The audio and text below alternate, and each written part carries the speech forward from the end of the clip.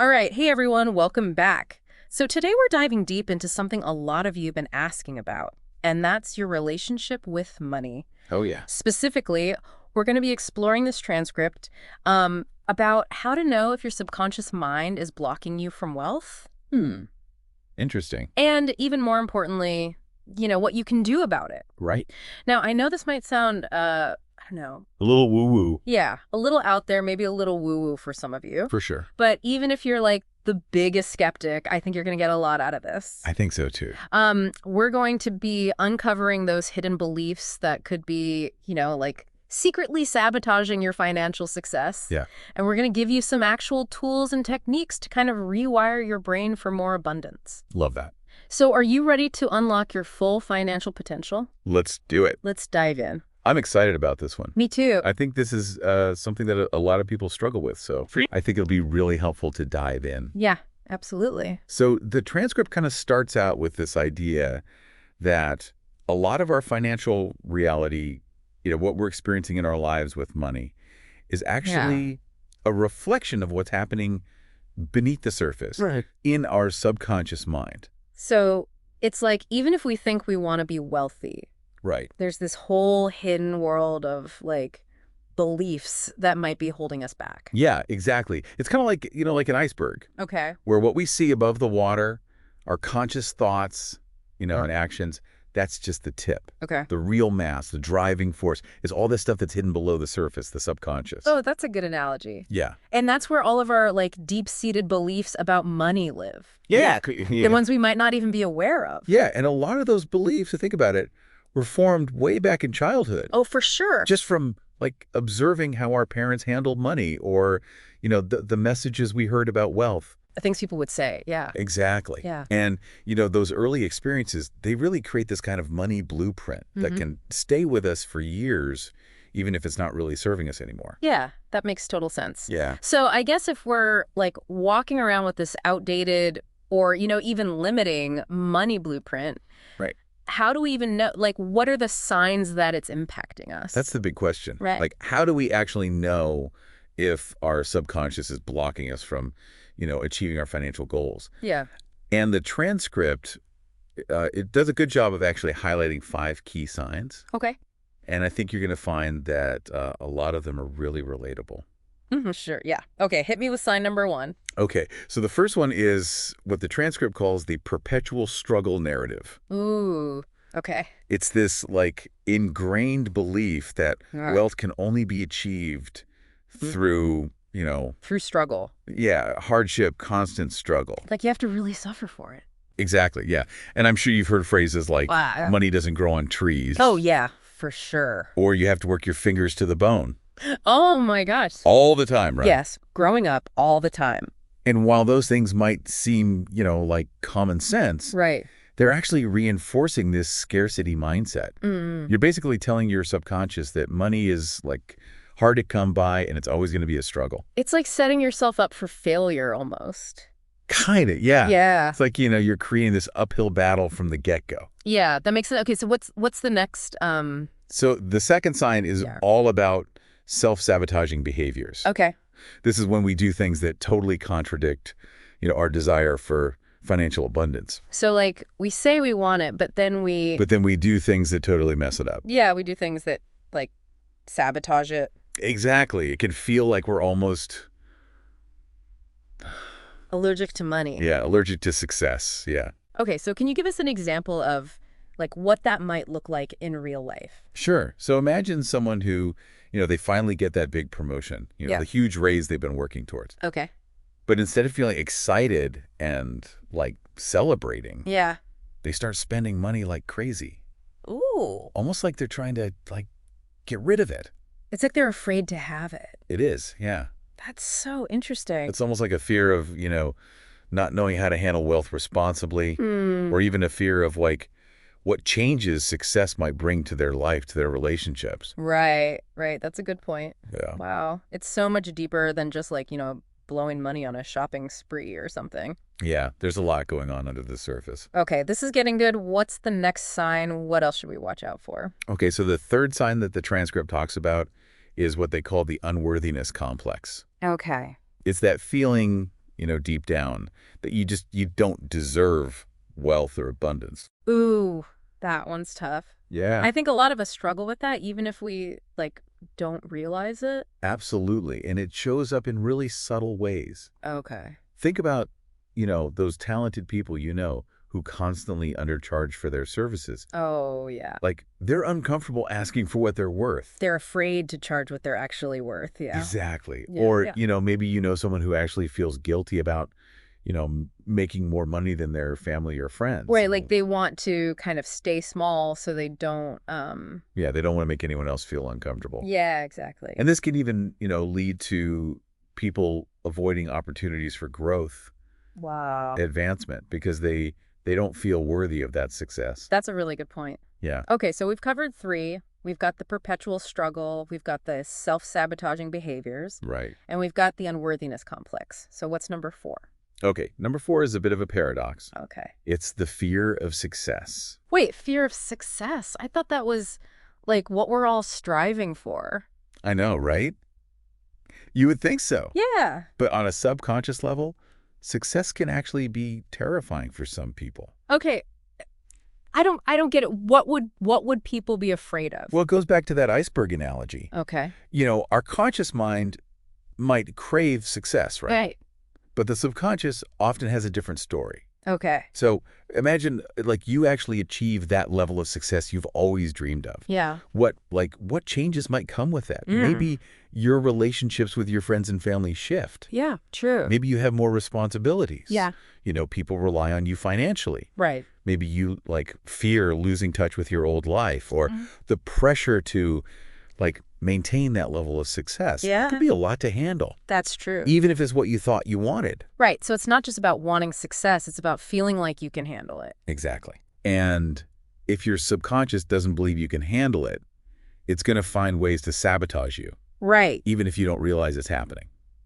Wow. Okay, so that's 4. That's 4. What's the 5th sign? Okay, so the 5th sign is what the transcript calls the scarcity mindset loop. Ooh.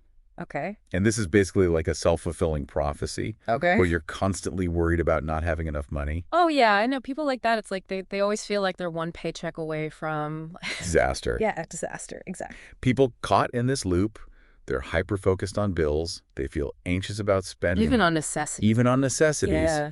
And they just constantly worry about, running out of money. It sounds exhausting. It is exhausting. Yeah.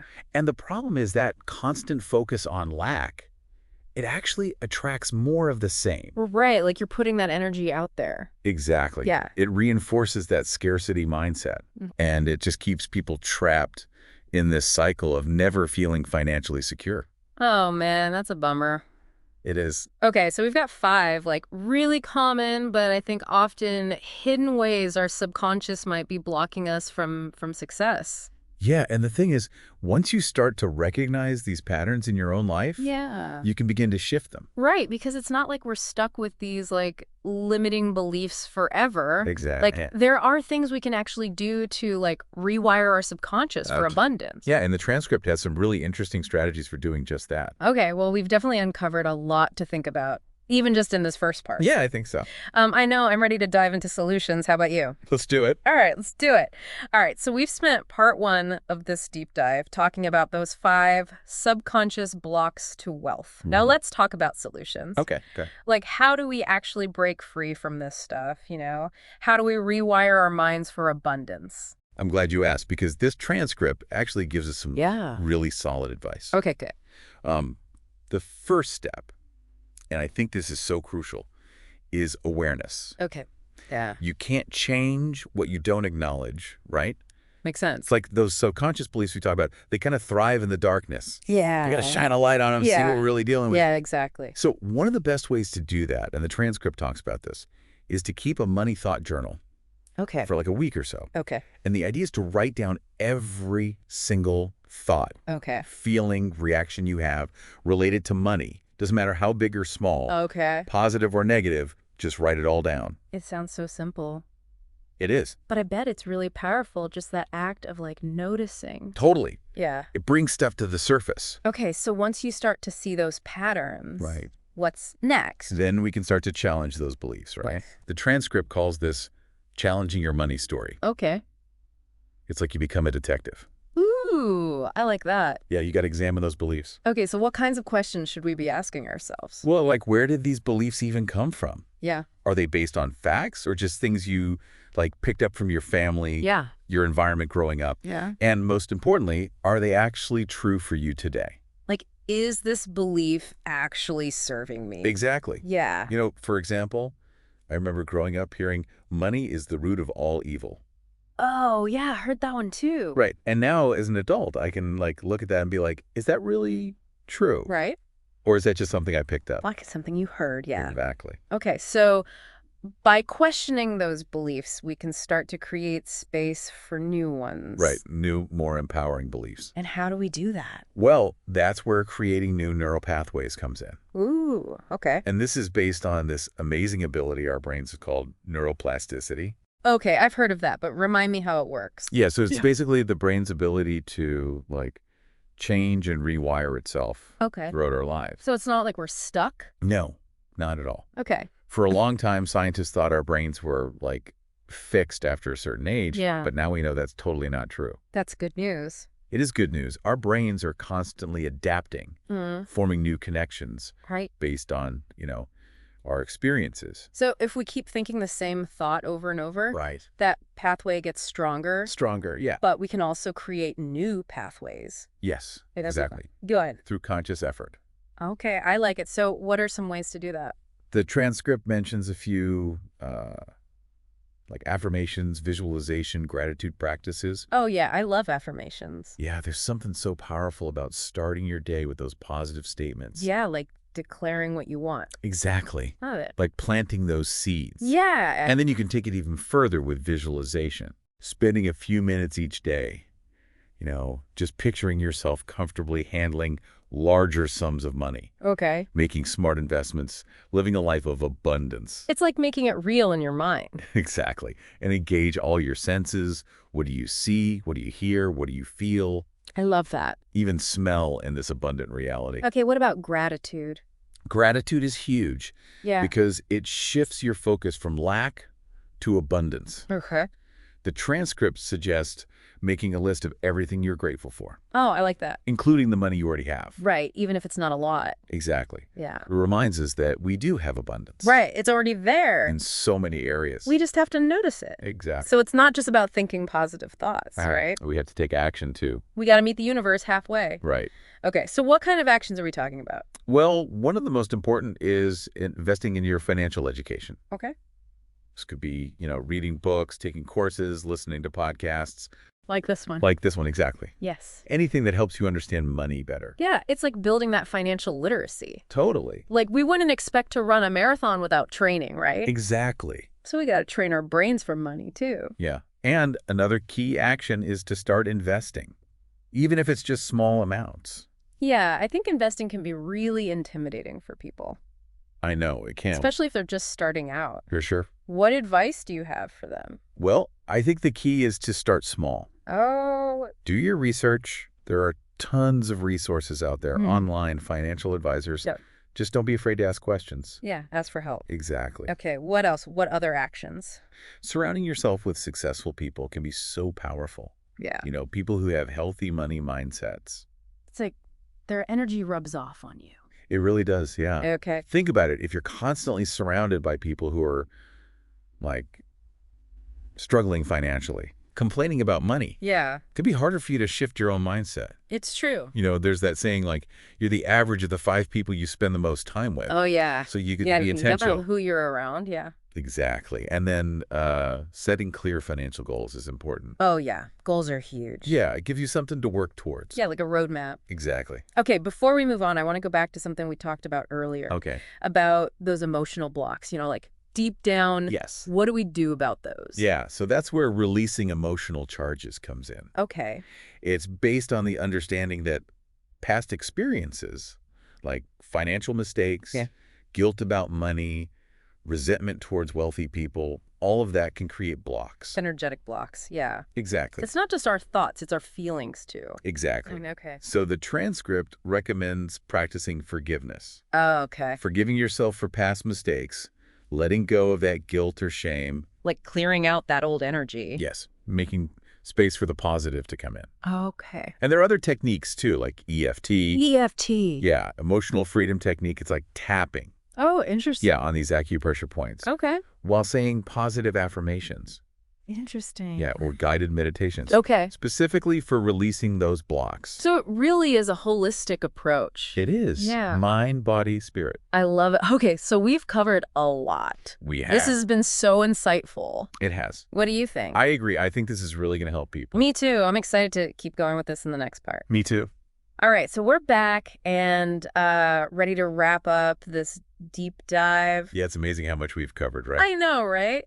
We started talking about these subconscious blocks to wealth, and now we're talking about how to rewire our minds for abundance. I know. It's like we've been given a treasure map. Ooh, I like that analogy. To financial freedom. But it's not enough to just have the map. We gotta, You got to follow the direction. follow the direction. Yeah, exactly. Yeah. Put in the work.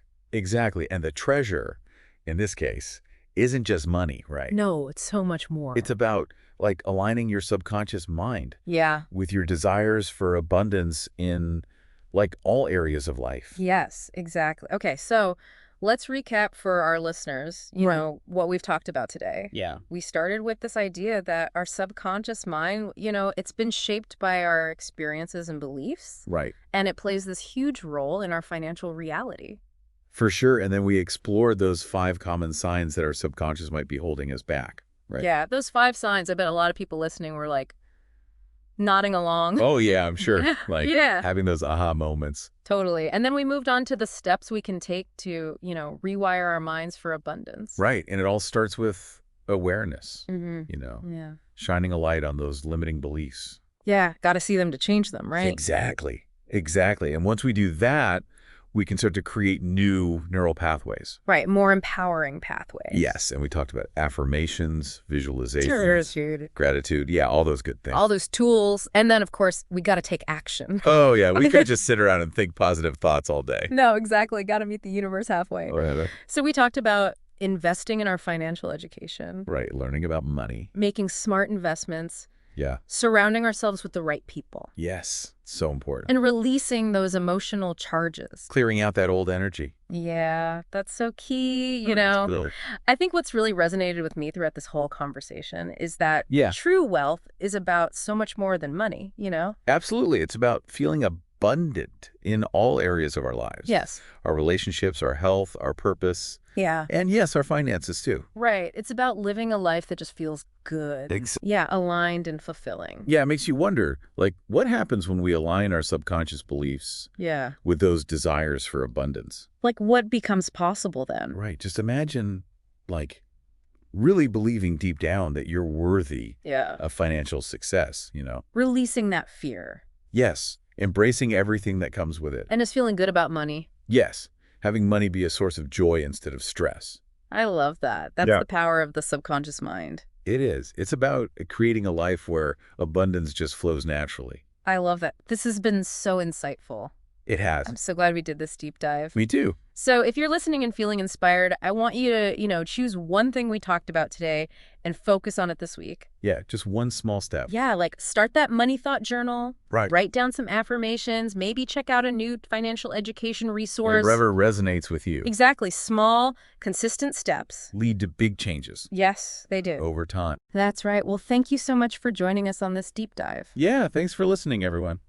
I hope this has given you the tools and the inspiration to unlock your full financial potential. Absolutely. Until next time, keep diving deep, keep exploring.